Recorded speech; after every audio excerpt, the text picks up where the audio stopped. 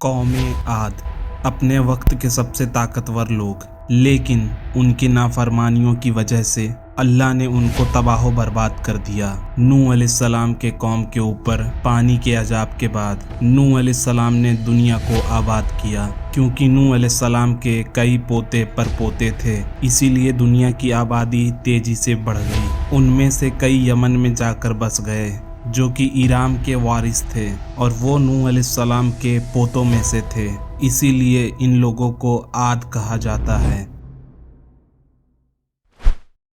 कौम आद के लोग लंबे कद वाले, बहुत मेहनती और अपनी कारीगरी के लिए मशहूर थे। खास तौर पर बड़े बड़े कबाइल और महल बनाने के लिए अल्लाह ताला ने कौम आद को बहुत ही नायाब चीज़ों से नवाजा था। कौम आद अपनी जिस्मानी खूबसूरती और अपनी कारीगरी और गुरूर में ऐसी चमकी कि उन्होंने अल्लाह को बिल्कुल भुला दिया और अपने हाथों से बनाए गए बुतों को अपना खुदा बना लिया और हर किस्म के शैतानी अमाल को अंजाम देने लगे। तब अल्लाह ताला ने उन्हीं में से एक पैगंबर को भेजा, जिनका नाम था हज़रत हूद अलैहिस्सलाम।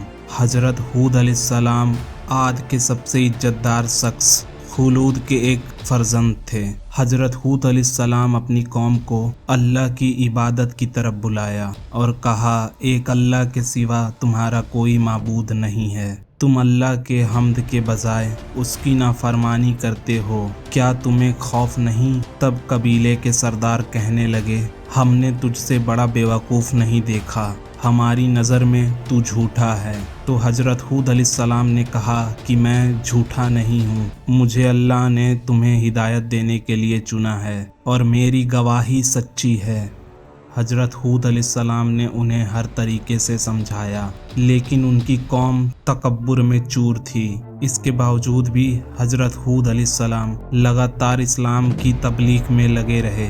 वो अपनी कौम को अल्लाह के अजाब से डराते और कहते, ऐ मेरी कौम, अल्लाह ने तुम्हें बहुत ही नेमतों से नवाजा है और ये बुत ना तो किसी का नफ़ा और ना तो किसी को नुकसान पहुंचा सकते हैं और ना ही किसी का भला कर सकते हैं। और वो सिर्फ अल्लाह है जिसके हाथ में सारी कुदरत है। लेकिन फिर भी कौम ने उनकी एक ना सुनी। सूरज से भी ज़्यादा रोशन दलीलों का उन पर कोई भी असर नहीं पड़ता था।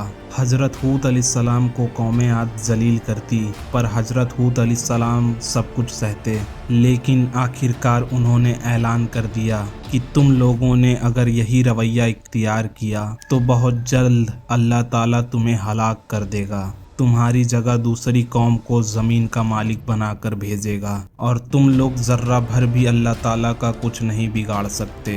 क्या तुम पैगंबर नूह अलैहिस्सलाम के कौम का हाल भूल गए? उससे इबरत हासिल करो। मैं तुम्हारा दुश्मन नहीं हूँ, मैं तुम्हारा दोस्त हूँ। मैं खुद कुछ नहीं कहता, मैं वही कहता हूँ जो अल्लाह मुझे बोलने को कहता है। ये दलीलें सुनकर कुछ लोग हज़रत हूद अलैहिस्सलाम के जमात के साथ शामिल हो गए, लेकिन बाकी के लोग बहुत ही गुस्से से भर गए और कहने लगे, अय हूद, अब हमसे तेरी रोज़ रोज़ की नसीहतें बर्दाश्त नहीं होती। तो अगर तू वाकई अपने कौल में सच्चा है तो तू वो अजाब जल्द ले आ जिसकी धमकी देकर तू अपने रब के आगे हमें डरने को कहता है। तो हज़रत हूद अलैहिस्सलाम कहने लगे, अगर तुम यही चाहते हो तो बिस्मिल्लाह, अगर तुमको अजाब का इतना ही शौक़ है तो परेशान ना हो, वो तुमसे दूर नहीं। आखिरकार अल्लाह का वादा आ पहुंचा और कुदरत हरकत में आ गई।